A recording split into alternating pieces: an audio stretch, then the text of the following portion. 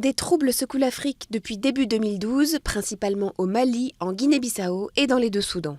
Au Mali, un coup d'État le 22 mars contre le président Amadou Toumani Touré a précipité la crise.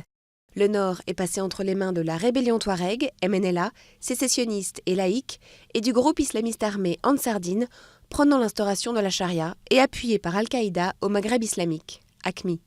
Un accord signé par les putschistes et une médiation des pays ouest-africains a permis notamment l'investiture du chef de l'Assemblée nationale, Dioncounda Traoré, comme président par intérim pour 1 an.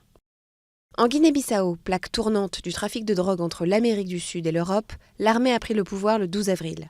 Un accord a été signé par les auteurs du coup d'État, le Parlement et plusieurs partis politiques. Un président et un premier ministre intérimaires ont été désignés. Depuis fin mars, les armées de Khartoum et Djouba se livrent à des combats d'une ampleur sans précédent.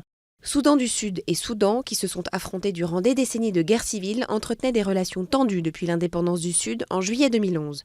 Leurs différends sont liés au tracé de la frontière, à des accusations réciproques de soutien à des mouvements rebelles et au partage des revenus du pétrole, le Sud ayant hérité des 3/4 des ressources pétrolières. Mais ce dernier reste entièrement tributaire des oléoducs du Nord pour exporter. Enfin, plusieurs autres conflits secouent le continent.